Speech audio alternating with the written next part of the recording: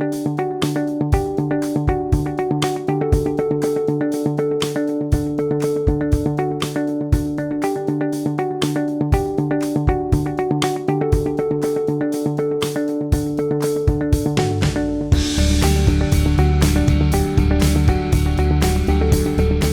welcome into this great series that LeeAnn DiMartino has put together for you called Women and Money. LeeAnn, welcome in. Hey, thank you, Coach.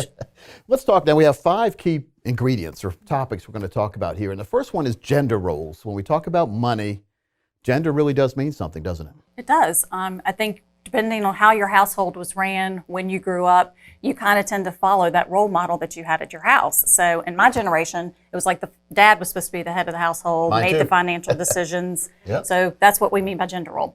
I have 2 daughters, and I try to keep them educated. One's 31 and one's 14. I think the 14-year-old is a little smarter on money than the 31-year-old because I really didn't understand money 30 years ago as much as I do today. And I really think it's important for women to understand money just as much as men. Even if you're not in control of it, at least know what's going on behind the curtain, so to speak. Does that make sense? It does make sense. Again, a lot of women think they might run the day-to-day household stuff. They might have the budget. They might write the bills. But when it comes to the financial retirement piece, a lot of them aren't actively involved in the planning.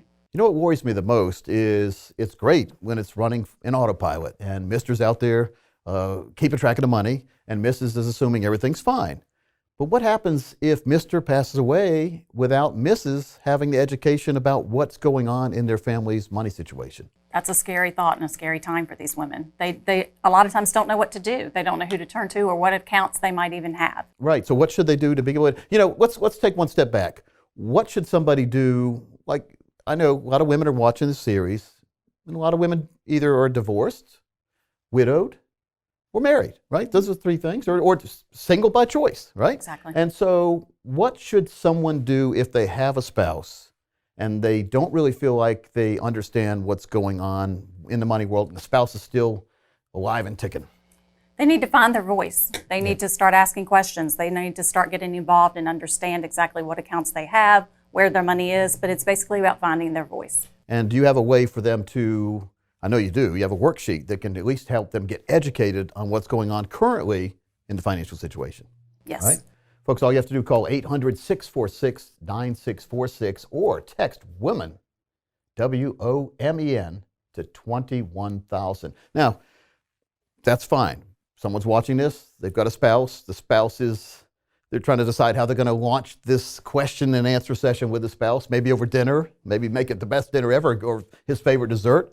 But let's say, unfortunately, someone's watching this now and they just got divorced or just became widowed. What now? Give us a call. Yeah.